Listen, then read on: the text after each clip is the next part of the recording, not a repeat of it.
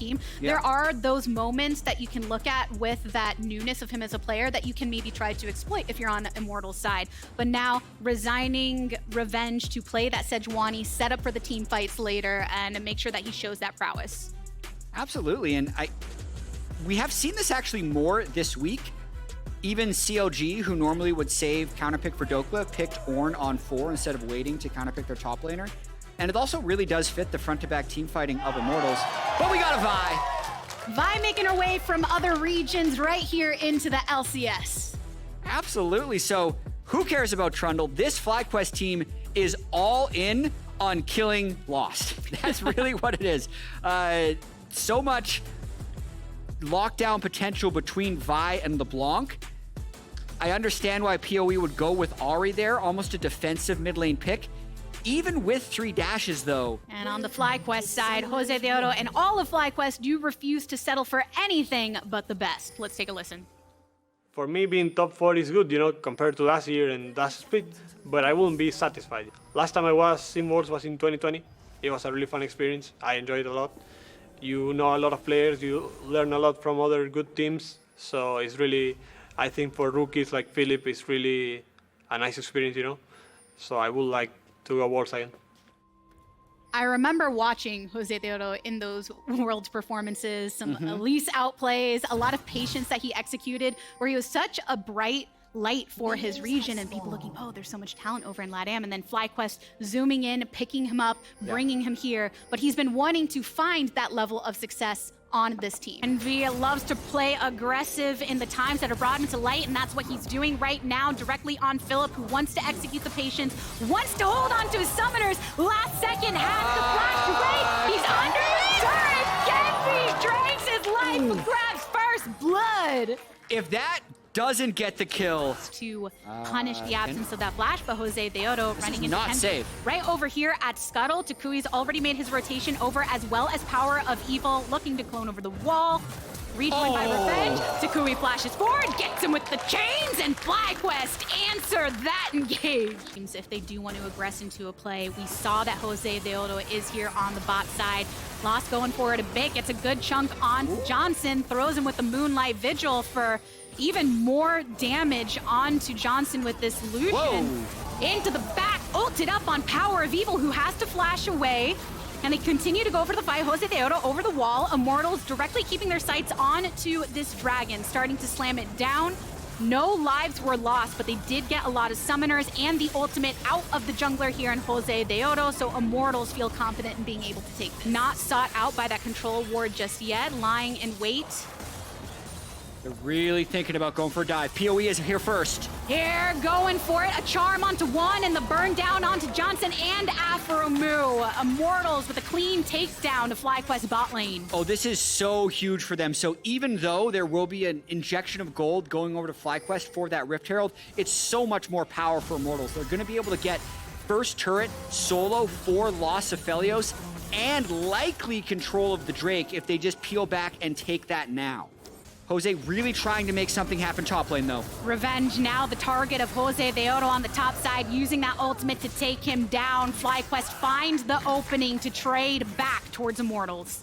Continue that push on for a turret takedown. Takui! He's going for a wild growth onto Power of Evil. The calling here answered with a tidal wave as well. Good jukes from PoE. Can be falls. Aside from the map pressure, because he gets ult and flash out of PoE. And now, maybe they can kill him. Is looking at the Fox Slay to find, and her Power of Evil says, oh, there's 2 of us. 1 Aqua Prison just to get the final setup for the takedown. To just get so much more map pressure on this mid turret. Can we go stealth, though?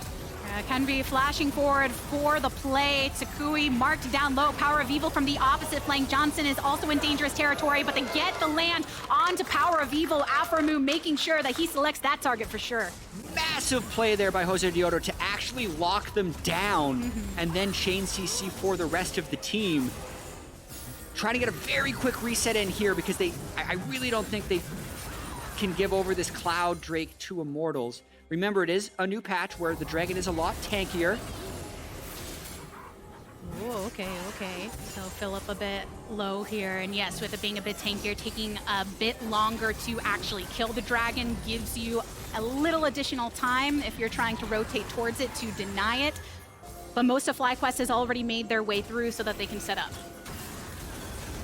There you go, and Revenge is right here in the front line as he's supposed to be. Has to dash out of it. FlyQuest continuing their domain over the river area right now. Power of Evil is coming from base 2. Doesn't have teleport to bring through. And Kenvi already chunked down. The jungler being in a dangerous spot is something that looks good for FlyQuest. It's so hard for Immortals because they don't have mid or bot prio, so they're kind of trapped in the dragon pit right there, trying to fight their way out. But FlyQuest have all these retreat zones they can take to get out of this fight.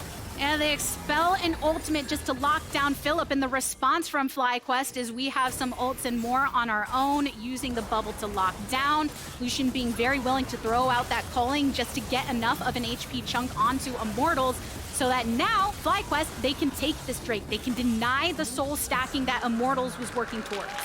They absolutely can. 5,000 gold, 1 Cloud Drake in pocket. They're likely next looking for Baron. When Takui's LeBlanc completes this death cap, which he can do in about 600 more gold, that will give him the ability to one-hit pretty much anyone on the team not named Sejuani. It adds that additional pressure when it comes to contesting the Drakes in the future, but definitely alleviates some of it when they did get that third to deny that building up from the Immortal side. And as we are approaching 24 minutes, Baron's still up. A point of contention that will erupt over on the map. The turrets that were initially taken down by FlyQuest, getting rid of all these outskirts, just gives them a lot more of that rotational pressure. Hello. Philip here with Kenvi. Revenge is here as well, but Johnson making his rotation from the mid lane. They don't actually want to take any fighting here. Just wanted to make sure there wasn't a pick off. Yeah, Philip definitely playing weak side because this is the area that they want to be able to control. Get that outer turret down and then start playing towards Baron. Step 1 complete. They got the outer turret. As you can see, Vi clearing vision out of the jungle. And they're even possibly looking for another second tier turret. We've rooted temporarily, but able to get out of here. It's just now the arrival of Immortals. And it's always interesting to see the way that FlyQuest are basically controlling the pathing, controlling where IMT have to answer them on this map, having just taken down the tier 2 in mid and creating that presence over on the top side before somebody goes for this Baron. Yeah, Immortals knows that FlyQuest have to reset, so they're retaking vision, which means FlyQuest will need to wait a little bit longer, but big item coming through as we've talked about, the death cap for LeBlanc. Let's see if we can get some one-shots. Immediately teleporting back in. Double TP. Philip is here, ushering through onto Immortals in the vicinity of their jungle. Revenge, somewhat chunked, has to dash away, threw out the ultimate to disengage. So less engaged now for Immortals if they want to try something. Definitely some thoughts on FlyQuest's side of going for this Baron. Their Baron damage is not that good, especially if Lucian is sat in the mid lane. Flank though. Oh, it's so difficult. Like, really watch Lost in these team fights to see if he can ever actually hit. Because if he's ever in range of Vi or LeBlanc, he's also kind of in range of dying. But those are the two people he'd be wanting to hit anyway. So it's just a very tough Aphelios game for him. Pressure on him to be able to reach those targets on FlyQuest without ushering his own vulnerability. There's only so much that Lulu can do for you if they get onto that back line. Sending Revenge over towards the spot side as well to continue. He does have the teleport to be able to rejoin the team. Tidal wave coming through, spinning around. Josedeodo backs off. FlyQuest being very careful to not go for more than they need to. Yeah, and they will likely get that top turret as well. Philip able to get some free time up there. Plus they got the Aphelios flash, which makes him easier pickings for the future fight. I do expect there to be a big engagement for this next Cloud Drake that's spawning in 50 seconds. I'm sure we'll get that action to come there. I'm looking at FlyQuest though, and the way over their games they have been able to manage these waves and also just slowly chip away at the map over time without having to go for those big team fights, because you know that's what Immortals want to do. They want to group and get into it as much as possible, and FlyQuest managed to keep them spread out, which is very dangerous for them. Yeah, I mean, I think Philip has actually played a pretty solid game in terms of his ability to get sideways in. Whoa! Oh, man. Ignar has to self-ult after that one. That burst becoming very much a threat from FlyQuest after some of this itemization. They're gonna continue going for it. Takui is feeling very strong. Philip flashing away. The prison comes through. Charm on to Philip. Oh. Burn down on to Kenvi. Backline for Josedeodo. Gets in there with the ultimate. The wave knocks up a couple, and Revenge is the next to fall. Double kill for Johnson here. Look at that hit onto Lost. Look at that triple kill for Johnson. Power of Evil and Ignar on the retreat from defeat. And this They can win. quadra kill. Give it the Penta! Johnson going in for FlyQuest. The dub in the fight. The dub in the game. Pentakill for Johnson, and because the minion wave is right there, FlyQuest is going to end this at 28 minutes. Oh my lord! FlyQuest want to turn all the haters into believers, making their final stretch before playoffs. And some hit to the Nexus is one way to get the fans on their side. FlyQuest with the win. Wow. What a way to end that game. I'm thinking, okay, how are they going to set up vision around Baron? How are they going to stop this dragon stacking? Oh, actually, they're just going to pentakill with Lucian. He had finished IE. He had 1 kill before that fight. Pentakill and win. There we go. 9-8 FlyQuest. Congratulations. Committing to it, following through a clear game plan for them. We were wondering just how late it was going to go in those moments, but you get the fight, you get the fight, you get the Fed Lucian, and you'll have the dub.